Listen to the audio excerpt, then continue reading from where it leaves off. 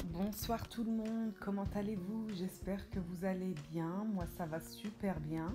Donc je crois que je commence à installer un rituel, c'est de vous montrer le dimanche comme j'ai le plus le temps. On est en week-end, de vous montrer ce que je fais, c'est là que je peux faire des plats un peu plus élaborés pour ma famille. Et aujourd'hui, dimanche, il pleuvait, il faisait froid et mon fils m'a réclamé un plat marocain très réchauffant, délicieux qui prend un peu de temps à faire mais qui en vaut la chandelle. On appelle ça madhoussa en arabe. C'est un plat marocain à base comment vous dire ça, de crêpes feuilletées d'une part et à côté de poulet en sauce avec des lentilles, des oignons et des épices assez particulières. J'ai déjà fait la vidéo de cette recette en détail. Je vais vous mettre le lien de ma vidéo en barre d'informations. Comme ça, si vous voulez la refaire, cette recette, vous aurez ma vidéo en détail que j'avais fait il y a quelques mois. Voilà, donc c'est fait à base de msemen et de poulet en sauce avec des oignons et des lentilles et plein de bonnes épices.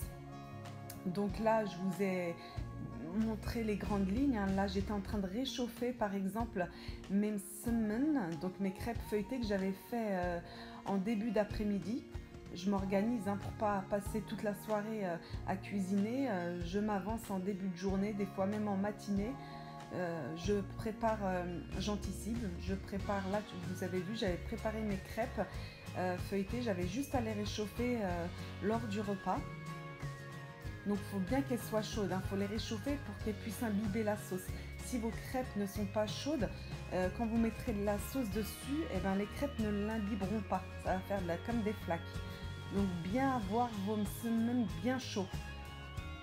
Donc là j'étais en train de les réchauffer sur chaque face, sur ma plancha.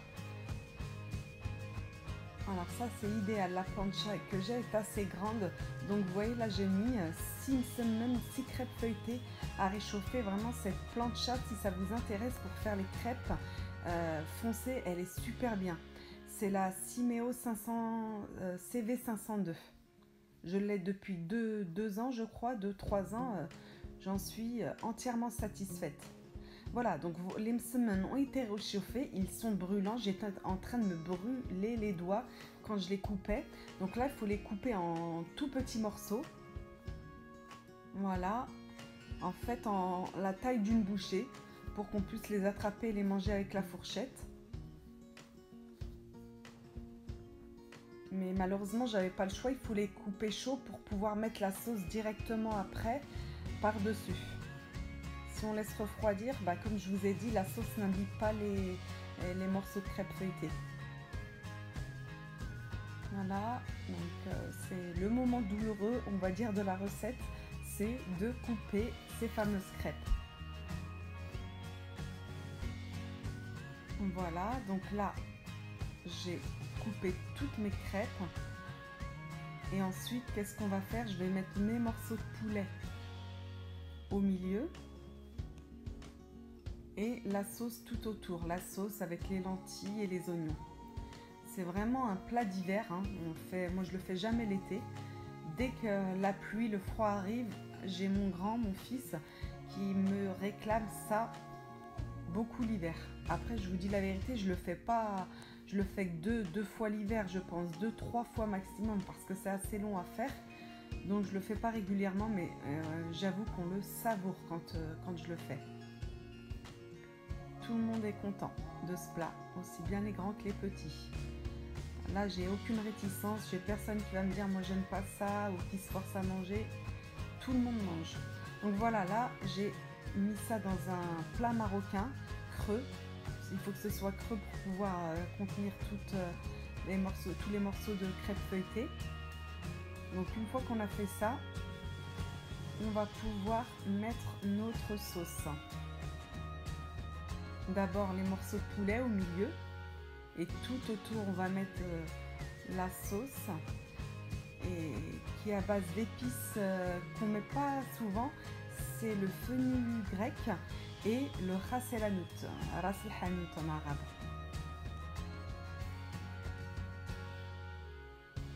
Voilà, donc là, premièrement, je mets mes morceaux de poulet. Les amis, de préférence du poulet fermier, hein, bien sûr. Hein. C'est franchement... le poulet, si on l'achète pas de qualité, c'est... Oh, je trouve ça vraiment pas bon. Ça a une mauvaise odeur. Même on a beau le nettoyer avec du citron, du sel. Privilégiez le poulet fermier. Hein. Ça n'a rien à voir. Ça n'a rien à voir. C'est goûtu, c'est bon, c'est plus ferme. La viande ne se détache pas comme de la purée. Vaut mieux en manger moins, mais payer plus cher et manger de meilleure qualité. Donc voilà, comme je vous ai dit, je mets mes morceaux de poulet au milieu. Donc vous voyez, je reste avec vous tout le long de la vidéo, car vous êtes pas mal à m'avoir demandé de parler dans mes vidéos. Quand je ne parle pas, vous n'aimez pas. Alors moi, je pensais que j'étais trop pipelette, mais non, vous me réclamez. Donc je continue, vous allez entendre ma voix jusqu'au bout, que vous le vouliez ou non maintenant. Donc voilà, j'ai mis mes morceaux de poulet. Et là, voilà, on met la dernière étape. On va mettre notre jus, notre sauce, qui est assez quand même épaisse. Hein, il ne faut pas qu'elle soit trop liquide. Hein. Je vous ai dit, je vous ai mis j'ai une ancienne vidéo que j'ai faite il y a quelques mois. Vous avez tout le détail de la recette pour la refaire. Et le temps s'y prête. N'hésitez pas à la refaire quand il fait frais comme ça, qu'il pleut. Ça réchauffe, c'est agréable. Voilà, les lentilles tout autour avec les oignons. Parce que dans cette recette, il y a à peu près 5 oignons, hein, 5 beaux oignons quand même. Et les oignons, ça épaissit la sauce. Et les lentilles, voilà. Il y en a qui aiment plus ou moins imbibé par la sauce. Il y en a qui préfèrent manger ce plat un petit peu plus sec. Ils mettent un petit peu moins de sauce. Moi, ils le préfèrent comme ça. Ma famille le préfère comme ça. Voilà, c'est prêt, tout chaud. On n'a plus qu'à le savourer. J'essaie de me rapprocher au maximum de la caméra pour vous montrer de près ce que ça donne. Vous voyez, ça fume encore. Hein. Hop, on place au milieu, on mange à la marocaine. Dans ce genre de plat, c'est comme le couscous. Quand on est plusieurs, on ne met pas une assiette par personne. Hein. On prend un joli plat qu'on a ramené du Maroc. On met ce qu'il y a à mettre à l'intérieur et on mange tous ensemble dans le même plat.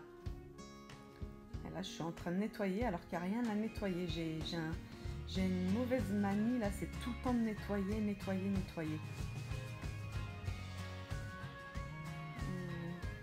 Voilà, donc là, ça y est, tout le monde commence à manger.